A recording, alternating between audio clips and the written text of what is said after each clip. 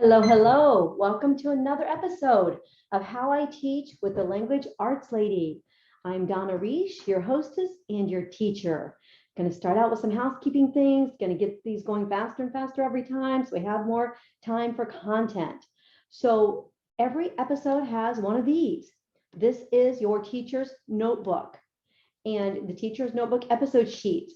So these are all at the Language Arts Lady blog, and they are free lessons. Not only that, but you have this audio or the video, whichever way you consume this, you have that teaching to go with this. So you can learn what I do with this lesson, then print it off and use it with your own students. So we are on episode number 45, which means there are 45 How I Teach teachers notebook sheets. So how cool is that? All right, so the teacher's notebook is a document that you can print, but when I teach today, I will teach from the PowerPoint, and it will have all of this, but in the PowerPoint. All right, so you can grab these. There you go. You can grab for this broadcast at How I Teach, languageartsladyblog.com/how I teach, and you can get all of the episodes and print them all and get them in your notebooks with languageartsladyblog.com/teacher's notebook. So without further ado, I'm going to go into the PowerPoint and talk about, from the beginning, I'm going to talk about outlining and writing the Q&A essay. So this is outlining and writing the question and answer essay for middle schoolers. I'm super excited about this topic. I know I really get excited about every topic when it comes to language arts and English and all kinds of things.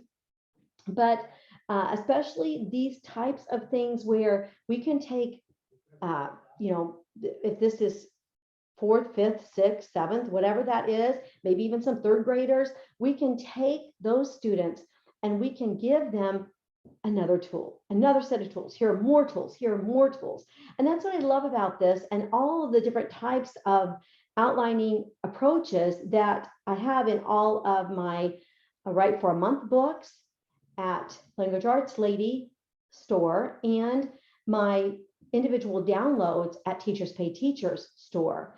So this is available as one project here. The whole thing is available as Christmas Decor Q&A Report Level 2. So Level 2 means 4th, 5th, and 6th grade. Okay, as always, I'm going to talk to you about how you can, kind of lower it, how you can raise it. I'm also going to talk to you about how you can, after you use this particular one, which happens to be a Christmas decoration Q&A, and I know it's February, but the reason I wanted to go over this one is because I didn't get through all of my Christmas stuff during November and December, but also because you can see how you can take any topic, grab some informational paragraphs for your students and write some questions and have them do the answers and so forth. So it's just really exciting. Whether I found with my 2nd grade through 6th grade. Okay, so I have my 2nd and 3rd, which is level 1. And then I have my 4th, 5th, and 6th, which is level 2. And I found that with all of those kids, I can give them writing boxes. I can give them a Q&A essay with content and questions that they answer. I can give them a paragraph house. I can give them some kind of mapping where they ask themselves the 5 W's and go in and find information.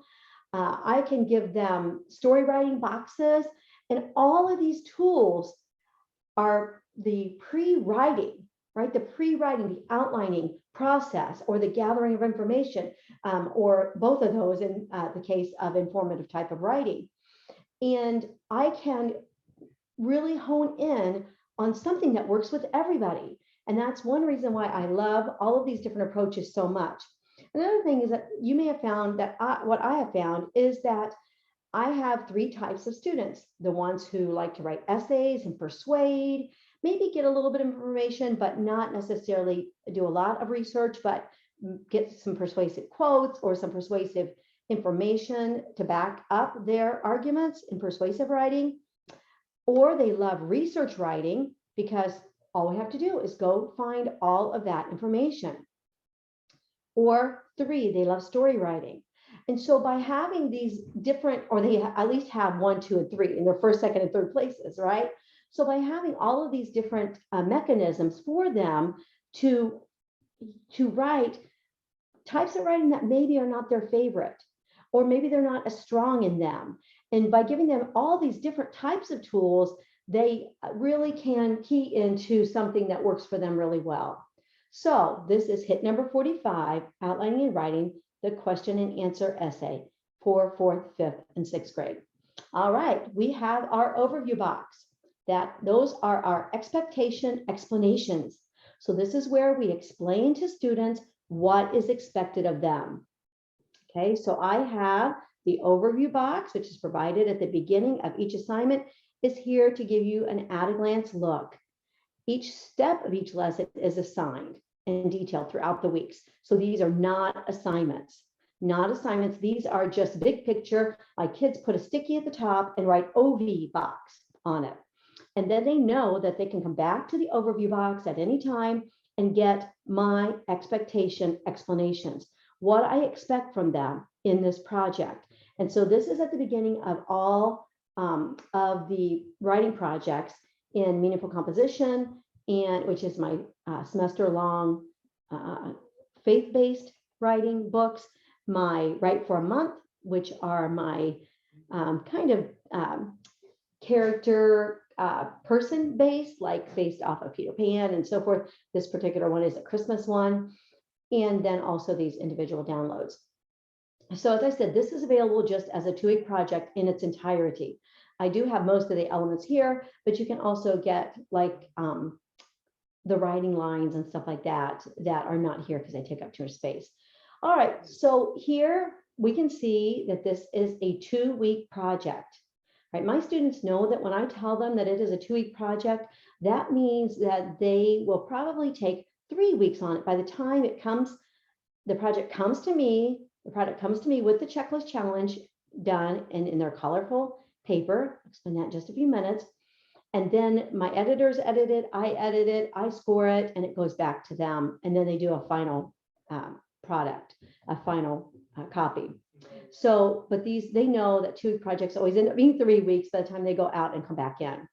All right, so this is take notes by answering questions over given material. And again, this can be raised or lowered based on your students' abilities and interests.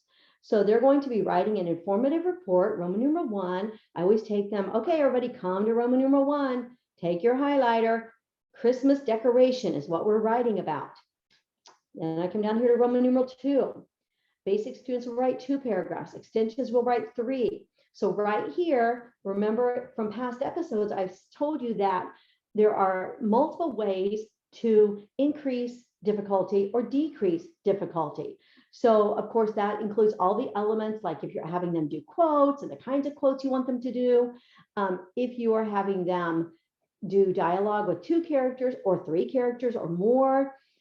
If you are having a story with dialogue or a story without dialogue, the number of sources that they have to use in research writing, whether they have to complete a works cited for older students or whether they do not for junior high students, and on and on and on. Every time you add another element that you have, of course, taught, right? We do not add anything to any project or have any expectations of our students that we have not fully equipped them to do. We love kids too much to do that, right? We all love kids too much to do that to them. And my kids are amazing. I want to give them every opportunity to succeed. So here we go with another way that you can increase or decrease difficulty, and that is in the total number of paragraphs and or the total number of sentences that each paragraph must contain. So I use a whole approach that words make up sentences, sentences make up paragraphs, paragraphs make up reports, essays, stories, and books. So we don't count words, we count paragraphs because every paragraph is a unit of thought. So basic students will write 2. So this is maybe a 4th grader, right? You can come back and say, okay, you're only going to do 1 paragraph from the given ones that you're answering questions about. if you have a third grader that you're trying to use this with. You could also say you're going to do one paragraph or two paragraphs, but you're going to work in pairs to find all the answers to the questions. And then you are going to separate and write separately. So again, having a buddy to help them with the questions and answer portion, then they use their answers to write from. All right, then extension students will write 3. Again, you want to move on this on up to, 6th grade, 7th grade, whatever it might be, you can, require more paragraphs. Okay, the same thing is true of sentences per paragraph. So we have 4 to 6 sentences in each paragraph for basic students. And we have 5 to 7 sentences per paragraph for extension students. Again, not the number of words, but rather the number of sentences and the number of paragraphs. Paragraphs are units of thought. Sentences make up those units of thought. And so we don't go with words or letters. Kind of having a word count for a paper, it does tell them when to stop. I guess that's one benefit of it, but it's sort of like having a letter count. How many letters will you have in this paper? Do you see why? Because the letters make up the words, but the letters by themselves aren't really anything. The words make up the paragraphs, but the sentences, but the words by themselves are nothing until they're made, until you see total thoughts and complete sentences. And then of course, sentences make up paragraphs. So we go sentences and paragraphs. All right, they are not going to write an opening. They're not going to write a closing. However, you can dig into any number of the past HIT teachers notebook pages and grab some, a project that has a nice opening description, right? How to write an opening paragraph for an essay. I think that is HIT 13. That is one of the, and I'm not sure if HIT 1 has, I don't think it does. HIT 1 does not. HIT 4, HIT 34. Yeah, on and on and on. Okay, so you can grab one of those and you can say, okay, you know what, 7th graders, you're going to do 3 paragraphs from this Q&A assignment. And then you're going to write an opening paragraph defining Christmas decorations or defining the holiday of Christmas. And then you're going to do a closing paragraph that has a general Christmas quote. Boom. You have a 5-paragraph 7th grade, even 8th grade paper, right? Okay, so those are ways that you can increase the difficulty or decrease it. All right, I'm going to walk you through a little bit of this and then I'm going to come back. So the first thing that we have in the Q&A is passages that they answer questions about. Okay, I'm going to talk more about that in just a minute, but then they answer the questions and then they write from their notes and then they learn some checklist challenge things and then they do a checklist challenge. All right, so back here to the passages. Again, this definitely changes the difficulty, right? If you have paragraphs that they're going to answer questions about that are written at a 2nd grade level or a 3rd grade level, then that would be an appropriate paragraph for that level, right? If you have something that is, like a high school reading level, then the chances of them being able to have the comprehension that is needed to answer questions about the passage and then to use that information to rewrite it in their own words, it's going to be very, very challenging, right? There is a divergence there that we have in comprehension. You have a comprehension that is a readability comprehension, right? So when the student is able to word call, how much can the student comprehend, right? So that is like the comprehension for reading once they can sound out all the words. So, when you do reading testing, you have a word calling score and a comprehension score. And if the word calling is out of whack and they're not able to word call, sound out, pronounce, decode the words, then the comprehension is going to be super stilted, right? So even though those are 2 separate scores, they will tell you something about each other. So if they have a poor decoding score on a passage that you're testing them on, then they're going to have a poor comprehension score, right? And that is why it's really important that we have them always reading at their level so that their comprehension is able to be used in that reading. Because if they are working so hard to just decode, then that would not be anything that we would want to teach used for comprehension. If they're working so hard to decode it, then we would just want to use that for decoding only and not for comprehension. We're asking too many things of them all at the same time. If the decoding is halting, it's faltering, it's difficult, then the comprehension is not going to be there. So then you have this divergence. You have that reading comprehension, and then you also have the ability to read something and comprehend it well enough to write from it, right? So you might have students who can read and talk about passages, or even answer questions verbally to you or whatever with the passage in front of them, but then writing it, and the level of difficulty that we want for them to be able to read, comprehend, take notes, and write is a different level. So those two will not always coincide. It's nice when they do, but because of that, and I told you about my assistant writer, Zach Kaiser, he writes to the levels that I ask him to write, the samples and the passages that we use and so forth, because they need to have that, okay, that yes, they can word call, yes, they have the reading comprehension, and yes, they can even write from it. They can do that next level of comprehension, right? Like, synthesizing, so to speak. All right, so here we have reading about it. So there are 5 different paragraphs that talk about 5 different decorations, and that talk about, like where they where they were first introduced, what people have done with them through the years, what people might do now with them, and so forth. So one is tree, the next one is lights, then wreaths, then stockings, and then nativity. All right, you'll notice that they all have some dates in them, and they all have some places in them. So let me just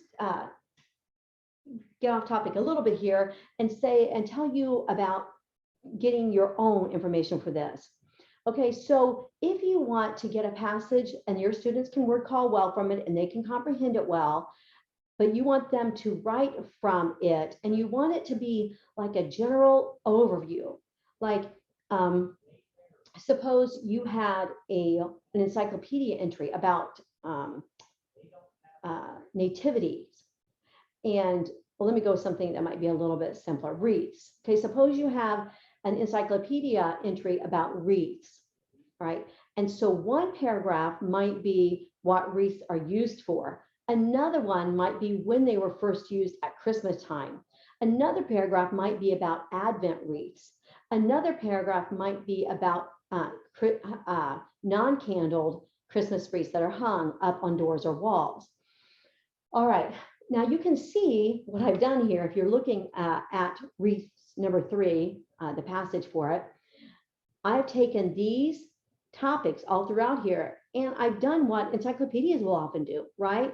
That we have different wreaths for different occasions, then another paragraph of Advent wreaths and when they were first used, another one with the description of the Advent wreath, another one with a non-lit wreaths hung. Okay, so that would not be a good single paragraph passage for you to have a Q&A from, right? Because it's unless you just want to say, okay, I want you to answer these questions about different wreaths for different occasions. Or I want you to do 2 paragraphs, answer 2 paragraphs about wreaths. The first one is the different occasions for wreaths, and the second one is hanging wreaths at Christmas time. All right, and then you would have 2 paragraphs, one about each of those things. So what is happening is you want it to be more concise, right? If you want them to just write 1 paragraph about that one topic. And so, you might have them use an encyclopedia if you feel like the readability is there and so forth, but you wouldn't say it's just about wreaths. You would say you're going to use this paragraph to answer questions about the Advent wreath, or you're going to use this paragraph to answer questions about wreaths for different occasions, or you're going to use this paragraph to answer questions about hanging non-lit wreaths. Okay, so for these purposes, I really like eyewitness books, Usborne books, Dorling Kindersley.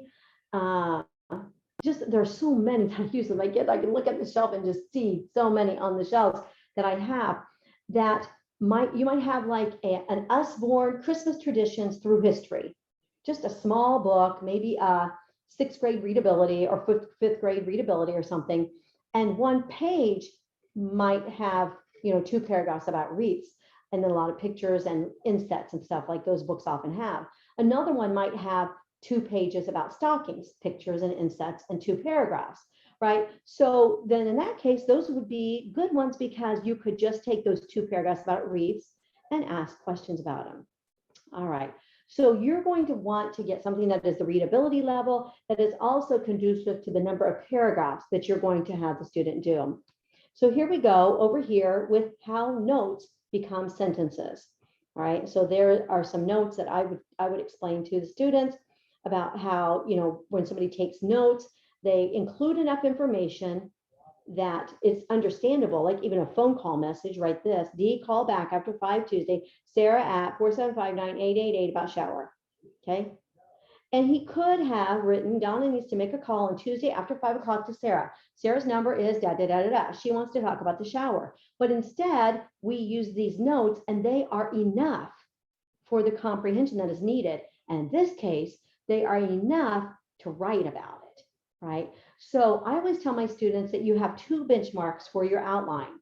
One benchmark is that it has to be something that you enjoy. So a type that you enjoy. And that's another reason why I love introducing all of these different types, because I'll pull something out and I'll say, we're going to do writing boxes. Oh, I love writing boxes.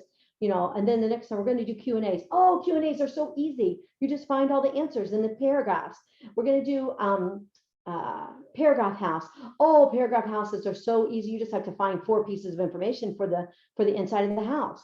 And it's so nice because they have all these different methods of outlining and so forth. So one of them has to be one benchmark. The first one has to be that they enjoy using it. The second benchmark has to be that their notes are thorough enough, regardless of the outlining mode.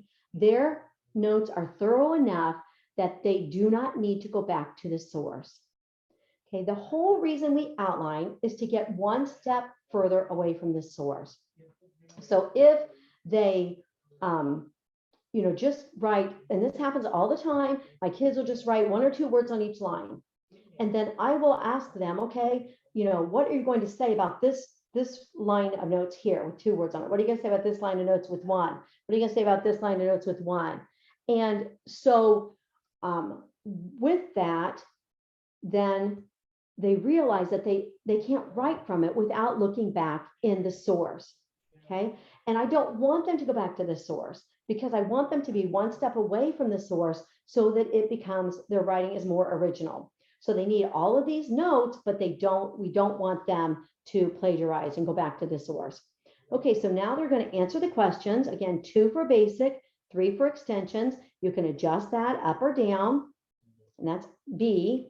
And then here are the questions. Now the questions are the first couple of questions. 1, 2, 3.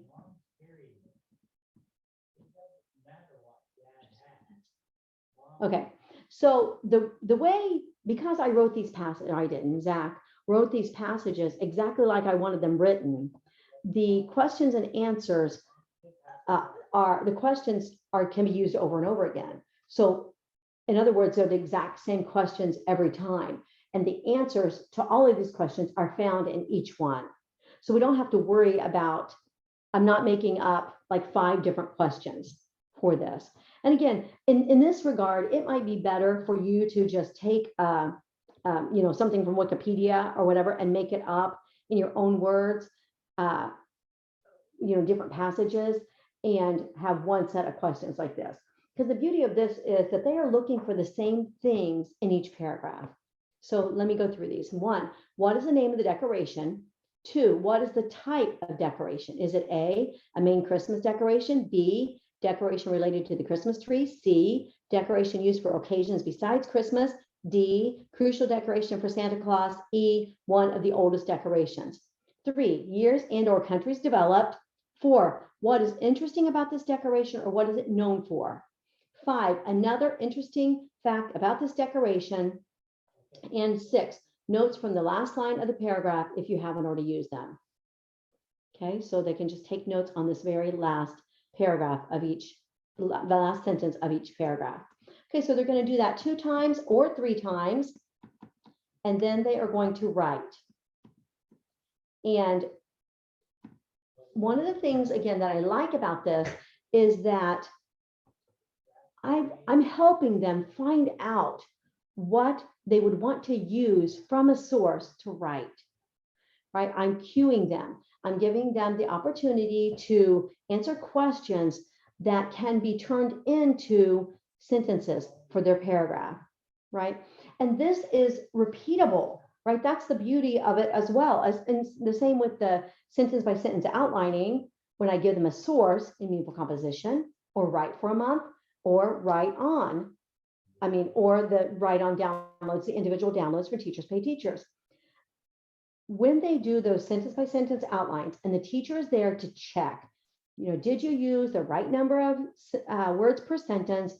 Did you get the main subject and the main verb and the main parts of the sentence that you're going to need? Because we always need to know the subject and verb.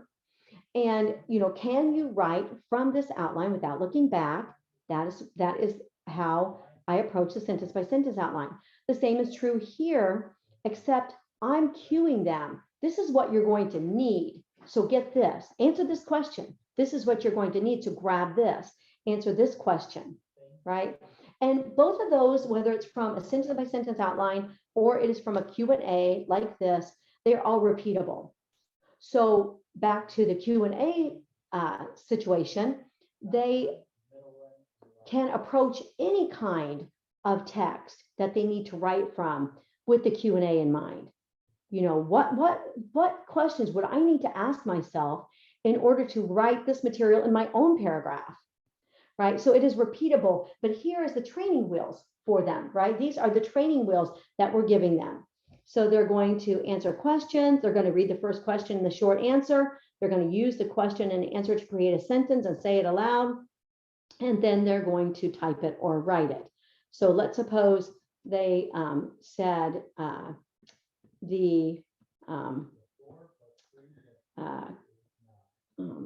me see what the question was. What is the year and or countries that it was developed? So their question would be 16th century Germany. Okay, Advent and Christmas wreaths were both used in 16th century Germany. So then they would come back here and the question is years and or countries, and they would say, on this note, Germany, 16th century equals, they're answering this question, right? Equals Advent wreaths and Christmas wreaths. Okay. Then when they get ready to write it, they're going to write that in their own words. So they're going to come back and say, Germany was one of the first countries to enjoy the Advent wreaths and all I want to use a word for Christmas. So I'm going blank. And all Christmas wreaths, where that wouldn't be what they would use because they would want to use their own words, right? When it was used in the 16th century to bring joy to people's homes. Okay, so they're going to use their answers to come up with their own sentences. All right, and then after they write, they're writing their 2 or 3. We have 3 Q&A boxes here for 3 of them. And then they're going to learn more about the checklist challenge, and you can do this and you can read through this, and more about how you teach caves. And I will say that I have a caves poster set at Teachers Pay Teachers. It's very inexpensive, very colorful, very, very strong for teaching the 5 elements of a sentence. So they have to check their sentences, make sure it's caves, capital, all make sense verb, and mark and subject. Okay, and then that's also a checklist challenge item for when they do the checklist challenge on their paper. And then here they're going to learn about redundancy and how they're going to get rid of wreath, Christmas, Christmas, Christmas, Christmas, right? And they're going to not have the same word or words over and over. So that is another checklist challenge item.